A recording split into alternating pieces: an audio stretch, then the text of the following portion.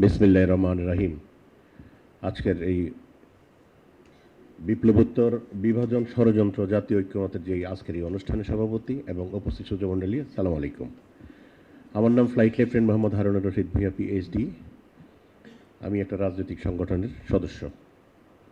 কিন্তু আজকে যে মূল প্রতিপাদ্য সেটি হলো আমরা যেন বিভাজিত না হই।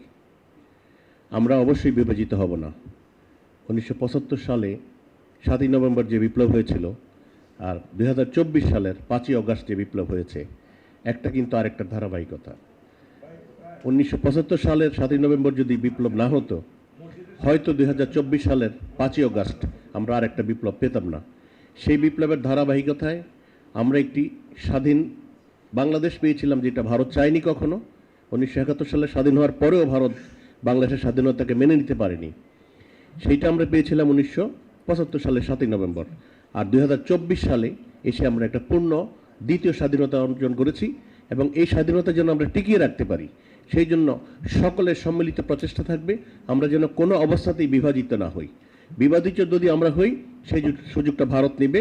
আর ভারত বাংলাদেশের শত্রু, এই কথাটা যে ব্যক্তি বুঝতে পারবেন, তার চেয়ে দেশপ্রেমিক মানুষ এই দেশে আর দ্বিতীয় কোনো ব্যক্তি নাই। সুতরাং এই দেশপ্রেমিক মানুষ আমরা যারা আছি, আমরা যেন এই দেশটাকে ভালোবাসি, এই দেশটাকে ভালোবেসে এই দেশটাকে যেন একত্রিত করতে পারি। সামরিক, বেসামরিক, ছাত্র জনতা এবং মেহনতি মানুষ, আমরা যারা যেখানে যে অবস্থায় আছি, আমরা সবাই যেন একত্রিত থাকি এবং আমরা যেন এই দেশটাকে সুন্দরভাবে গড়ে তুলতে পারি। সকলের জন্য ঐক্যবদ্ধ প্রচেষ্টা থাকে, কারণ বিভাজনের মধ্যে যেন আমরা না যাই, সেই আবেদন রেখে আপনাদের সবাইকে আবারও সালাম জানিয়ে বক্তব্য শেষ করছি। ধন্যবাদ। আসসালামু আলাইকুম।